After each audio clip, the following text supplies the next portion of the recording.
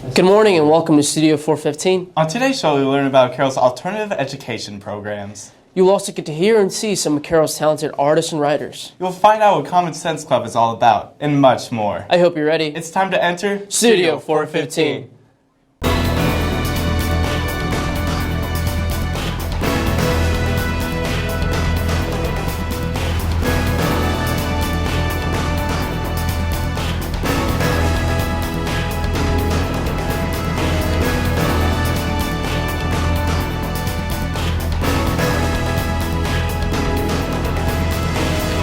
Welcome to Studio 415. I'm Andrew Studi. And I'm Brian Macias. Northwest Allen County Schools provides many forms of education to meet the needs of its students. For high schoolers, students have the option of an alternative style of learning that is located off campus. For our top story, Studio 415 reporter Tristan Wright visited the Optimum Learning Center to see how it helps students. OLC is an alternative school and is located on Carroll Road off of Lima, across from Walgreens and CVS. The school day at OLC consists of 2 3-hour periods where students can take 1 class a day instead of 7. This gives students the opportunity to complete classes faster than they would be able to at Carroll. All core classes are available at OLC, as well as some electives. 1 semester for a half-day student costs $85.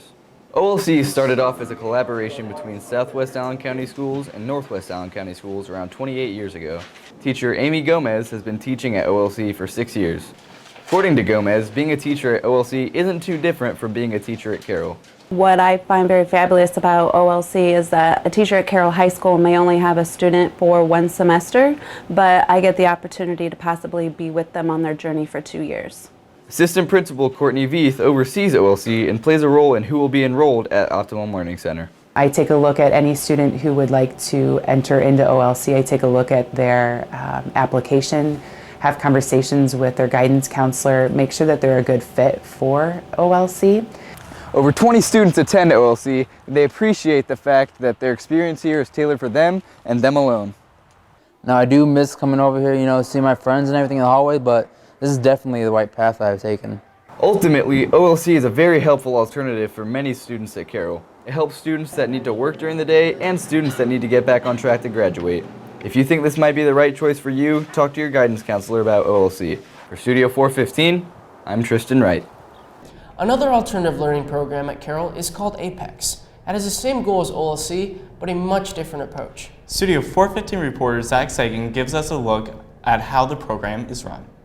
Most students here at Carroll have walked through the halls of the freshman campus, but few know that while the freshman campus is here to integrate new students into high school life, it is also home to a little program called Apex. This online-based learning program offers students here at Carroll an opportunity to succeed in an out-of-classroom setting.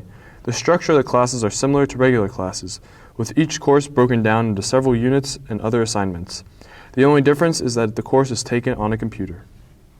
And each Apex course is broken down into units. And each unit consists of several online quizzes and several written assignments. At the end of each unit, there is a written exam and an online exam. Apex began here at Carroll around 7 to 8 years ago. First, it was targeted to 9th graders only, but as demand increased, Apex has expanded to include all students at Carroll. It was first targeted for freshmen because we were looking at it as a way to help freshmen get back on track so they were on track for graduation. So when they left my building, they were going to there as sophomores with enough credits, basically. Apex, however, is not for everyone. Students must have counselor approval before they are allowed to enter the program. With enrollment capped at 50, not everyone gets into the program.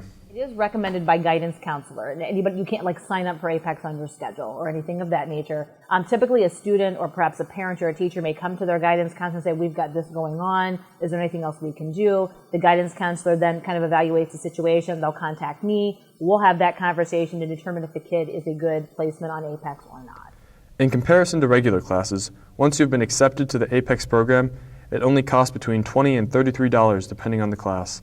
While the cost may be low for the program, students feel they are given the same or even better education from taking the class. Yeah, it's just, I don't know, it's more in depth than the regular class and it forces you to actually learn it.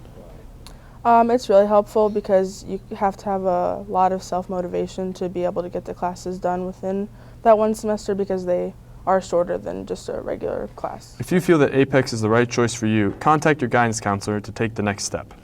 For Studio 415, I'm Zach Sagan. The Northeast Indiana Northwest Ohio region for Scholastic Art and Writing held its award ceremony on Sunday, February 14th. Students and teachers were celebrated for their creative artworks and writings. Studio 415 reporter Emily Drake was there to see Carroll bring home many gold and silver keys. With the awards ceremony taking place at the Grand Wayne Center, hundreds of parents eagerly wait for their child's name to be called to stage to receive their awards. Out of 2,400 submissions in art and writing throughout the region, the Northwest Allen County School District received a total of 370 keys and honorable mentions. Of the 370 in the district, Carroll claimed 269 of those awards. I received 1 gold key portfolio as well as 2 other individual gold keys. I received 6 awards this year. I got awarded 4 gold keys for my separate works and then 1 gold key for my portfolio. The Scholastic Art and Writing Regional Competition is now over. All winning entries are now displayed at the Fort Wayne Museum of Art for everyone to see. Here, students' hard work and dedication are finally recognized in the form of a key. But winning is not all that these students take away from Scholastics.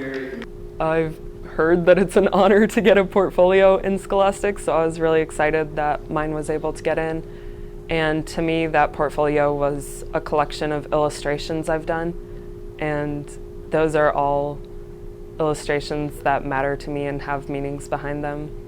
The Scholastic competition for many is a place where they are able to freely express any emotion, a place where they can share their struggles and their joys in life, an outlet for not only creativity, but the chance to find meaning and purpose in what they do.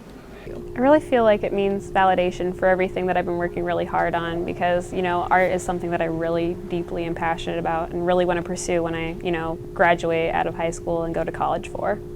Scholastics encourage students to pursue their passions. It motivates them to pave the way for their own future. You just need to be able to have some vision of what you want to accomplish. Who you are is more important than what you create. But the journey for the Gold Key winners is not yet finished. Their work is on their way to be judged in New York City at the National Scholastic Competition. The results will be released on March 14th and posted on the Scholastic website, as well as announced at the formal Funky event at the Fort Wayne Museum of Art. For Studio 415, I'm Emily Drake. The 2016 presidential election is in full swing, and students are engaging in conversation about it. Studio 415 reporter Tara Maceros joins us in the studio to give a constitutional perspective. There are plenty of clubs at CHS that allow students to relax, have fun, or unwind.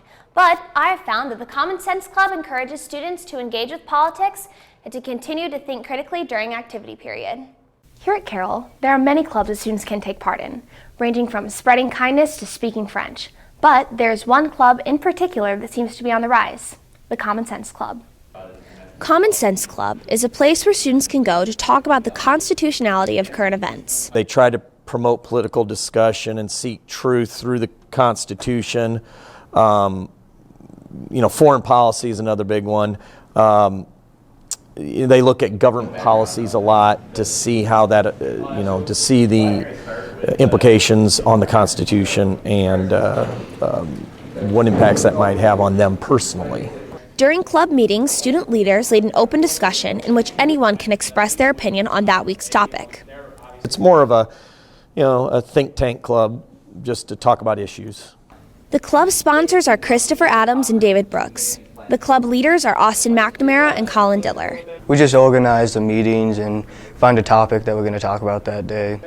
Common Sense Club is named after the pre-Revolutionary War pamphlet by Thomas Paine called Common Sense, which encouraged settlers to fight for their independence from Great Britain.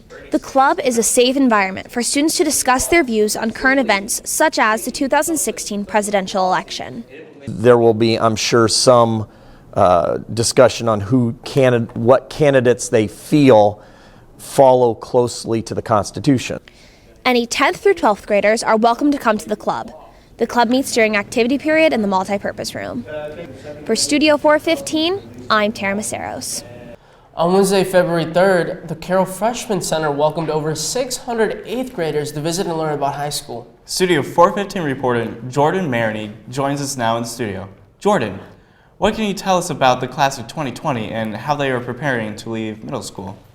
Transitioning from 8th grade to high school can be a little nerve-wracking and confusing. So Carroll High School has a day where incoming freshmen can get a feel for the high school and ease some of those concerns. Freshman Orientation is a very important day for incoming 9th graders and their parents. The night has information about scheduling, different diploma types, and the requirements for those diplomas. And the night includes information about clubs and extracurricular activities. But the first year of high school has a lot of required classes and not as much room for those fun electives. We tell the freshmen a lot. You need to get these required courses out of the way to then open up space when you're a junior and senior to more of those fun, choice type programs, ICE, internship, culinary, ANTHUS, whatever that may be.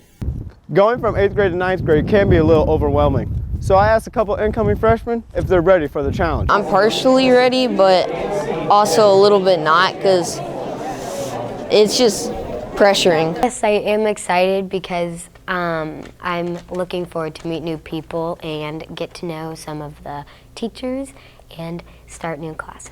During the freshman presentation, students learned that 9th graders are required to take a PE, science, English, and math.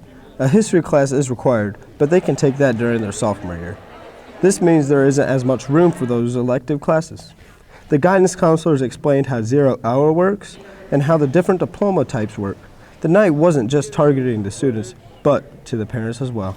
Giving us some information we didn't have about some classes that we might not have considered if we didn't talk to some of the instructors here. Next year, the incoming class is estimated at 600 students, and when registration rolls around, that number could swell up to 650 or more. This class is expected to be the largest Carroll has ever had. For Studio 415, I'm Jordan Marigny. Wednesdays are days known for half-hour delays and enable Northwest Allen County school students to have more sleep. But one major factor will change this for next year's schedule. Before it goes away, I had the chance to find out what goes on during delay days and why students are stuck in the cafeteria and library. Every Wednesday, students in NACS currently get a 30-minute delay while teachers meet in collaboration meetings.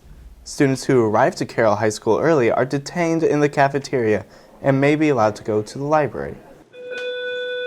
Once the clock strikes 8:15, students are allowed to depart from their designated areas to go to their lockers. Since adult supervision is not provided in the hallways and teachers don't want to be disturbed during their collaborations, students are not allowed to roam the hallways or go to their lockers.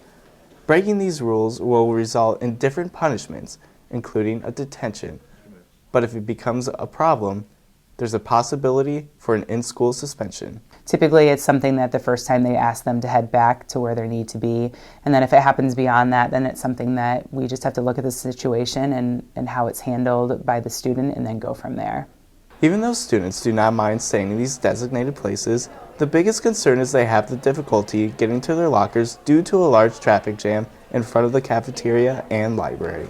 I mean, I don't really like it because I don't really like being in one place at one time. That's kind of a thing for me. I like to move around, so sometimes just being stuck in one place can get a little bit anxious for me. It's just kind of inconvenient because I'd rather go to my locker and put my stuff away instead of being cooped up in one area. While students are staying in those designated places, teachers and staff have collaboration in several departments which start at 7:35. Each department usually has thorough review and assessments about curriculum, but topics may vary. With the implementation of the one-to-one program next year, much of collaboration is being used to prepare teachers for the new technology. Because the 30-minute delay will be removed next year and the school's start time is being pushed back, collaboration time will be extended longer than it is right now. Administrators are expecting teachers to use the delay time to improve the quality of their teaching. Even though Wednesday morning delay time will fade into the mist of history next year due to the schedule change, endless effort for better education through collaboration will be continued. For Studio 415, I'm Andrew Studi. Thanks for joining us today. If you plan on videotaping your promposal next 3 weeks, send a copy to me or Mr. Johnson, and we will air the best ones in our next show in March. For all of us here at Studio 415, have a great day, Carroll.